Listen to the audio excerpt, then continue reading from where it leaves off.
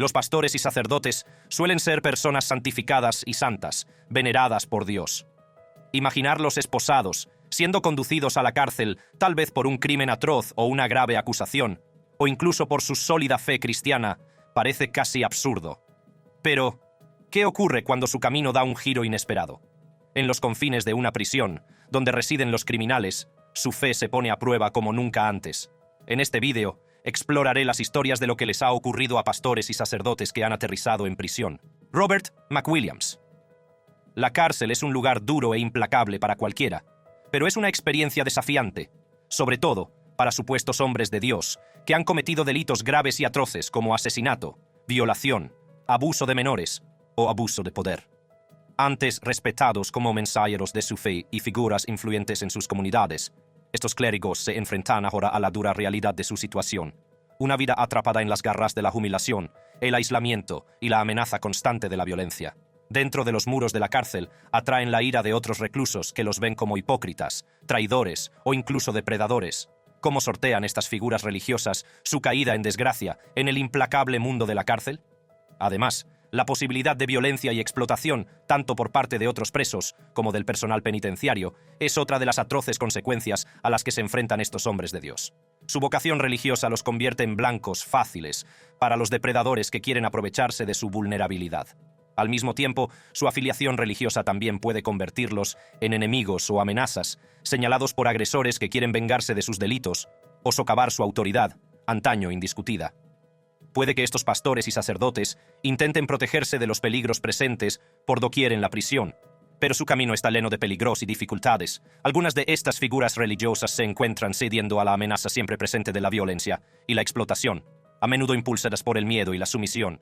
El miedo a la dura vida que les espera en la cárcel es suficiente para llevarles a suicidarse incluso antes de empezar a cumplir su condena.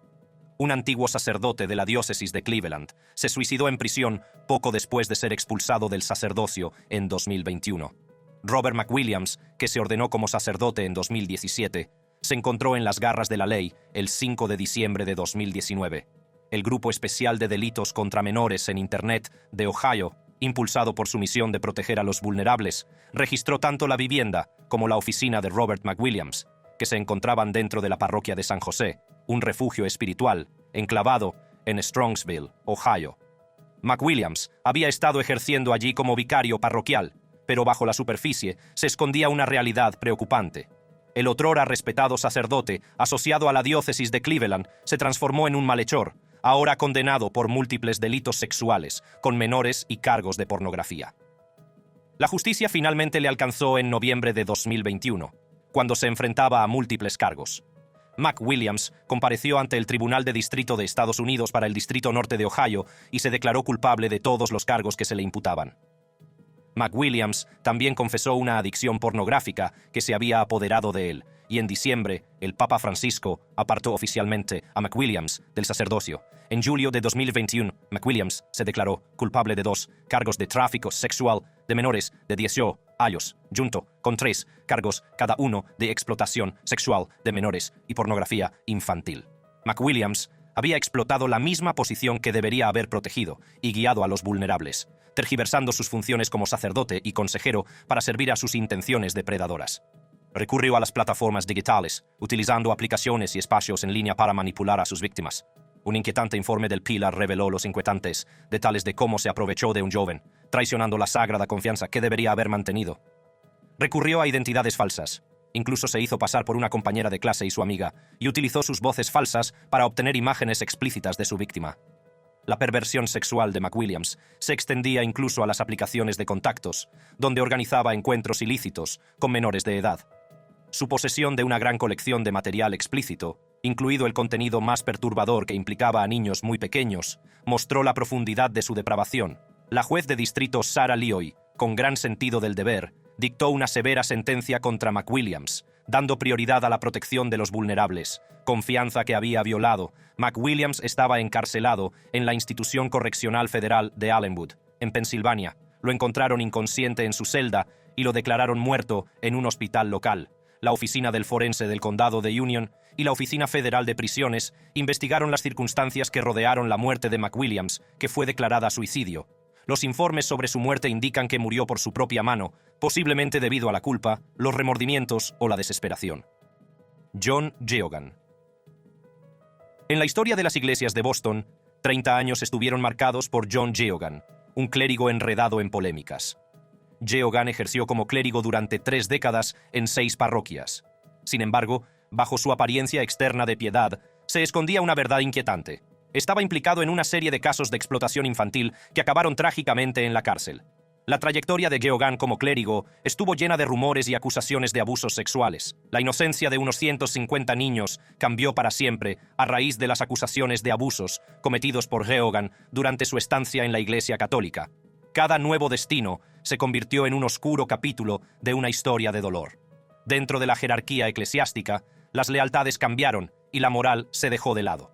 Se creó una fachada inquietante a medida que Geoghegan era trasladado de una parroquia a otra, y los más altos cargos de la Iglesia evitaban enfrentarse a las crecientes pruebas de sus acciones. Una cultura de silencio y negligencia permitió que estos terribles actos continuaran sin control, lo que dio lugar a un patrón de sufrimiento causado por una de las figuras más notorias del escándalo masivo de abusos sexuales clericales que sacudió a la Iglesia Católica a principios de la década de 2000. En 1991 se hizo el primer intento de justicia.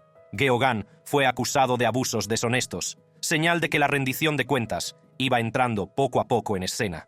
Sin embargo, no fue hasta 1998 cuando se rompieron definitivamente sus vínculos con la Iglesia, y fue expulsado del clero por el Papa Juan Pablo II. El informe del equipo Spotlight del Boston Globe, publicado en febrero de 2002, sirvió de grito de guerra contra la arraigada cultura de abusos en la archidiócesis. En los procedimientos judiciales, las fechorías de Geoghegan quedaron al descubierto. En 1998 fue detenido por atentado al pudor y lesiones a un niño de 10 años, lo que ocurrió en una piscina de Waltham, Massachusetts. Sus actos no solo afectaron a una parroquia, ya que más víctimas denunciaron sus violaciones. Las demandas siguieron, y la archidiócesis de Boston ofreció acuerdos que inicialmente ascendían a $30 millones. Esta cantidad se redujo posteriormente a $10 millones, lo que causó indignación entre los perjudicados por Geoghegan. El propio Papa, Juan Pablo II, le destituyó como sacerdote en 1998. En el proceso judicial, la lucha continuó. El acuerdo más reciente propuesto para más de 500 víctimas es de $65 millones, lo que refleja el gran daño causado por Geoghegan y la complicidad de la archidiócesis. Cada acuerdo es un reconocimiento del fracaso del sistema a la hora de proteger a los vulnerables. La evidencia de que la Iglesia trasladó a Geoghegan de una parroquia a otra, a pesar de conocer sus acciones, puso de manifiesto la decadencia moral de la institución. En enero de 2002, Geoghegan fue declarado culpable de manosear al niño de 10 años en la piscina y condenado a entre 9 y 10 años de prisión. El tribunal escuchó a la víctima, que en aquel momento era un estudiante universitario, cuyo testimonio arrojó luz sobre el incidente. El doctor Edward Messner, psiquiatra responsable del cuidado de Geoghegan, declaró como testigo, arrojando luz sobre los pensamientos internos de Geoghegan. Entre 1994 y 1996, sus interacciones pusieron de manifiesto las inquietantes fantasías sexuales de Geoghegan con niños. El arzobispo Alfred C. Hughes también testificó y relató que expulsó a Geoghegan de un club de natación debido a las quejas de comportamiento y discusiones inapropiadas. Geoghegan se enfrentaba a 2 juicios penales más y a más de 20 demandas civiles en el momento de su muerte. El condado de Suffolk, en Boston, procesó a Geoghegan en otros 2 casos de abusos sexuales. El primer caso estuvo rodeado de incertidumbre, ya que la presunta víctima decidió no testificar, dejando preguntas sin respuesta. El segundo caso giró en torno a argumentos sobre la prescripción y desencadenó una feroz batalla legal. La decisión del juez aportó firmeza, desestimando las condenas relacionadas con 2 violaciones debido al paso del tiempo. La condena de Geoghegan tuvo consecuencias de gran alcance dentro de la archidiócesis de Boston. Sus acciones revelaron una red de encubrimientos que se extendía por los poderosos pasillos de la Iglesia. El cardenal Bernard Law, antaño una figura prominente, se vio obligado a dimitir en desgracia en diciembre de 2002 debido a la revelación de la depravación de Geoghegan. El 23 de agosto de 2003 se produjo un trágico suceso que añadió un horrible capítulo a la historia de John Geoghegan. En el centro penitenciario Sousa Baranowski de Shirley, Massachusetts, John Geoghegan encontró un horrible final a manos de Joseph Druce, otro recluso con un historial de violencia. Druce, que cumplía cadena perpetua por un asesinato anterior provocado por lo que él percibía como una insinuación sexual, se cruzó en el camino de Geoghan. Según los informes, Druce también fue víctima de abusos sexuales a menores. Geoghan, condenado y encarcelado, fue puesto bajo custodia protectora con otros 23 reclusos para protegerlo de posibles peligros dentro de la prisión. Sin embargo, el destino conspiró contra él, ya que acabó compartiendo bloque de celdas con Druce en Sousa Baranovski. Un caluroso día de agosto, mientras los reclusos salían brevemente de sus celdas para devolver las bandejas del almuerzo, Druce vio la oportunidad de llevar a cabo su plan largamente concebido. Atrapó a Geoghan dentro de su celda bloqueando la puerta. La robusta puerta de la celda, provista de una ventana a la altura del pecho, era a la vez una barrera y un mirador para los guardias. Druce atrapó a John Geoghan en su celda bloqueando la puerta, antes de atarlo y amordazarlo. A continuación, Druce estranguló a Geoghan con una sábana. Luego saltó de la cama sobre el cuerpo inmóvil de Geoghan y lo golpeó con sus propias manos. En el interior de la prisión, el único guardia de guardia oyó los inquietantes sonidos procedentes de la celda de Geoghan y llamó a los demás agentes del centro para que acudieran a la celda de Geoghan. Los funcionarios tardaron un rato en abrir la puerta atascada. En cuanto entraron en la celda, vieron el daño y la brutalidad que le habían hecho a Geoghan, y estaba claro que no iba a volver a despertarse. Estaba muerto y no podía revivir. Geoghan fue trasladado al hospital de Leominster, donde lo declararon muerto a la 1:07 p.m. Los informes médicos indicaban estrangulamiento con ligaduras y traumatismo torácico como causas de la muerte. Joseph Druce, el instigador de esta tragedia, fue puesto en aislamiento y responsable de otra vida perdida. Ya condenado a cadena perpetua, no estaba claro a qué otro castigo se enfrentaría, aunque la ausencia de pena de muerte en Massachusetts complicaba las cosas. El pasado de Druce era oscuro, incluido un asesinato anterior y un inquietante intento de sembrar el pánico en 2001, enviando sobres con anthrax y cruces gamadas a 30 abogados judíos. Había muchas dudas sobre los motivos de la reclusión de Geoghan y Druce en el mismo centro penitenciario, dado que Geoghan era un delincuente sexual y Druce una víctima, y que otro recluso había informado a los funcionarios de prisiones de que Druce se disponía a atacar a Geoghan. El 23 de enero de 2006, Joseph Druce subió al estrado para declarar sobre el asesinato de John Geoghan. Con una actitud solemne pero decidida, Druce relató una serie de encuentros con Geoghan marcados por acusaciones de abuso sexual. Se había enfrentado a Geoghan por estas acusaciones no una, sino 2 veces. La palabra arrogante resonó cuando describió la actitud de Geoghan. A medida que se desarrollaba el testimonio de Druce, era evidente que estos encuentros le habían afectado profundamente. Dijo: «Me quedé en plan, ya está, tengo que parar esto, no podía quitármelo de la cabeza». Cuando se le preguntó por el motivo del espantoso asesinato, la respuesta de Druce reveló el tormento que llevaba dentro. «Quería librarme de los pensamientos de haber sido abusado yo mismo y de la forma arrogante en que respondió a mis preguntas». La narración de Druce dio un giro inesperado al afirmar que estaba destinado a luchar contra la pederastia en la iglesia. La sala del tribunal se puso tensa cuando el pasado de Druce salió a la luz. Su primera detención incluyó una declaración de inocencia por demencia derivada de los abusos sexuales que sufrió en su infancia.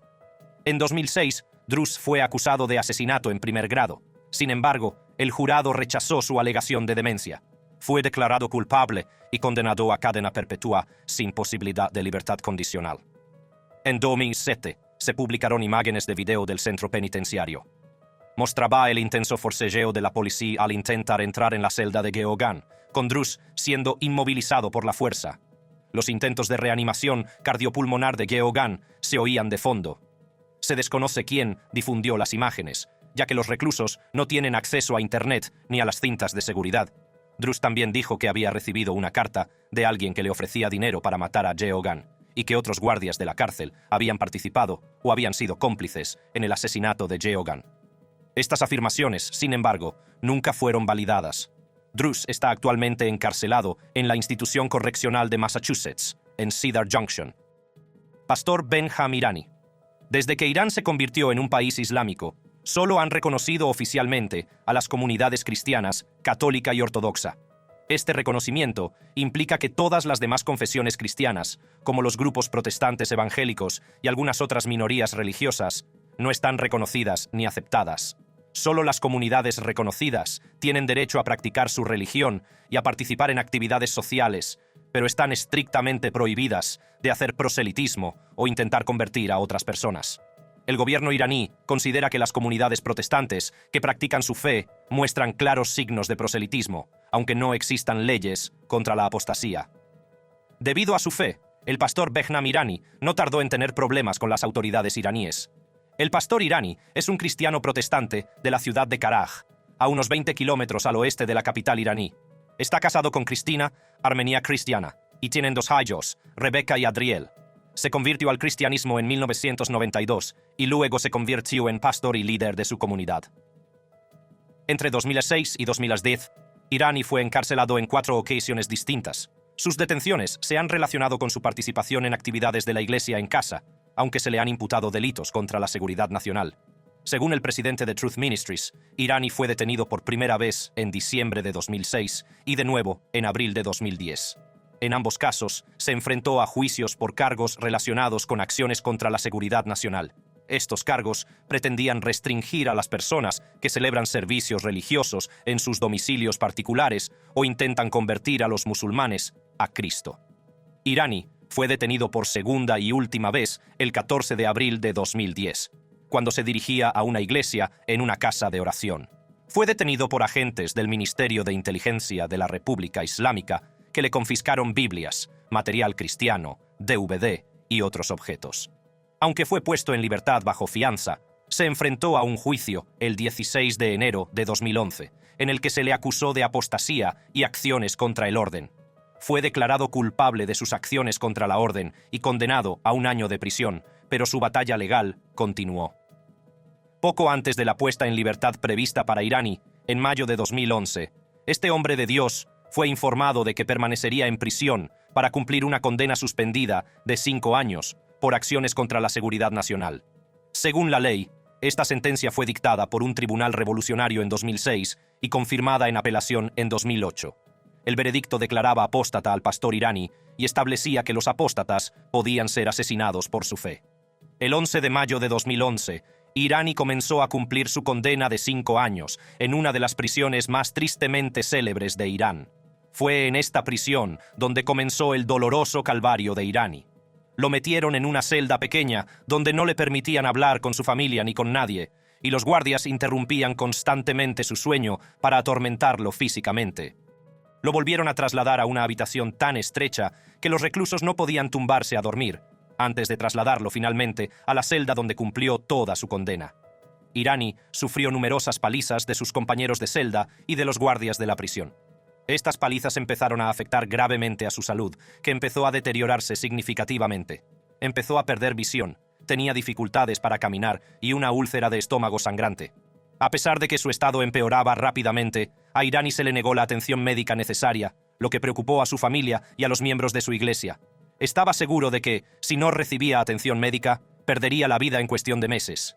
Irani soportó esta tortura durante más de 2 años, antes de que finalmente se le permitiera someterse a cirugía en febrero de 2014 para tratar los problemas de estómago y colon que se desarrollaron durante su estancia en prisión. En junio de 2014, tras regresar a prisión, Irani desapareció durante casi 3 semanas. Su familia y los miembros de su iglesia estaban aterrorizados ante la posibilidad de que hubiera sido ejecutado sin previo aviso, ya que se les negó toda información sobre su paradero. Finalmente, regresó a la cárcel, pero los detalles de su paradero y de lo que padeció durante ese tiempo permanecieron ocultos. Según Present Truth Ministries, organización dedicada a apoyar a la iglesia perseguida en Oriente Medio, a Irani se le había permitido volver a ponerse en contacto con su familia. Present Truth Ministries abogó incansablemente por la liberación de Irani y anunció que se le había concedido la libertad durante 15 días, el 4 de julio, después de que su familia pagara una fianza de $40,000. En un rayo de esperanza, las autoridades iraníes liberaron temporalmente al pastor Behnam Irani en 2014. Se le permitió reunirse con su esposa e hijos en su casa tras pasar 4 miserables años en prisión. Sin embargo, su calvario estaba lejos de terminar. En septiembre de ese mismo año, Irani se enfrentó a 18 nuevos cargos, entre ellos una debilitante acusación de propagar la corrupción en la tierra bajo la apariencia de religión, que se castiga con la ejecución. Estos nuevos cargos se utilizan a menudo para encarcelar a líderes cristianos con el fin de evitar que propaguen la corrupción en la tierra. Afortunadamente, Irani cumplió 2 años más en prisión y finalmente fue puesto en libertad el 17 de octubre de 2016, tras cumplir su injusta condena de 6 años. Padre Mateo Correa Magallanes. Recientemente, el 1 de julio, el Vaticano emitió un nuevo documento que enfatiza la grave importancia de mantener el secreto de confesión completamente confidencial. Según este documento, los sacerdotes tienen el mandato de mantener un secreto absoluto sobre la confesión sacramental. Incluso se espera que protejan esta confidencialidad con sus vidas, en lugar de revelar cualquier información, y este decreto le costó la vida al padre Mateo Correa Magallanes. Echemos un vistazo a la vida de Mateo Correa Magallanes. Nació el 23 de julio de 1866, en Tepechitián, México. Procedía de un entorno pobre, y su educación inicial no fue la mejor.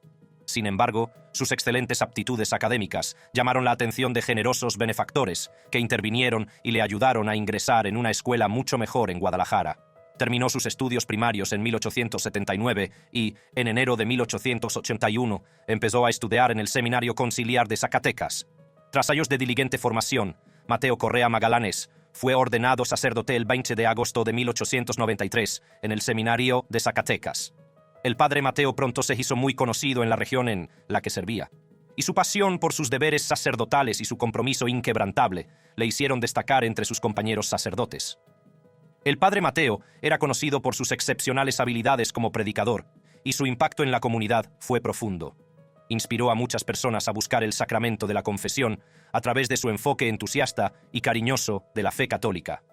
En el ámbito local, su dedicación llevó a numerosos jóvenes a unirse a la Asociación Católica de Jóvenes Mexicanos. El mismo padre Mateo se convirtió en un valioso miembro del Consejo Tomafón Quaranza en Zacatecas al unirse a los Caballeros de Colón. Los talentos del padre Mateo eran verdaderamente notables. Al principio, esperaba ser asignado a una parroquia específica y permanecer allí. Sin embargo, la vida tenía otros planes para él.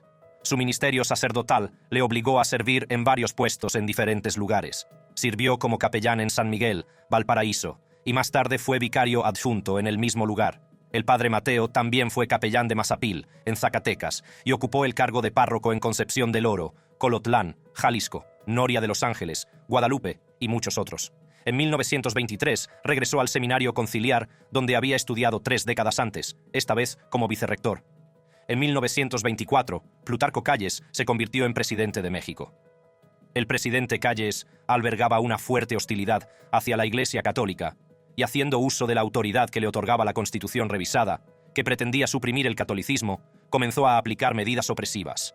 Este periodo marcó el inicio de la Guerra Cristera, un conflicto que se saldó con la pérdida de miles de vidas.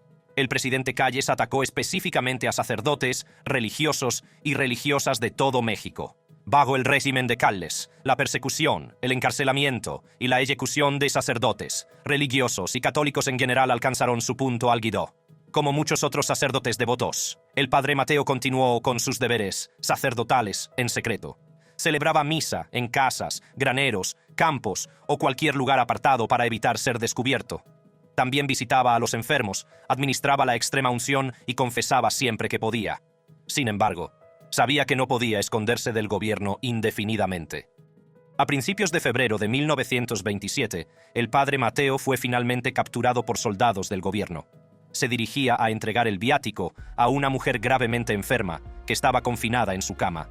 En cuanto vio acercarse a los soldados, consumió rápidamente la hostia consagrada para evitar que fuera profanada. Los soldados del gobierno detuvieron al padre Mateo y lo encarcelaron en Zacatecas, y más tarde lo trasladaron a Durango. Dentro de los muros de la prisión había otros prisioneros junto al padre Mateo. Después de unos días, el oficial al mando, el general Eulogio Ortiz, permitió al padre Mateo realizar el sacramento de la confesión para los prisioneros.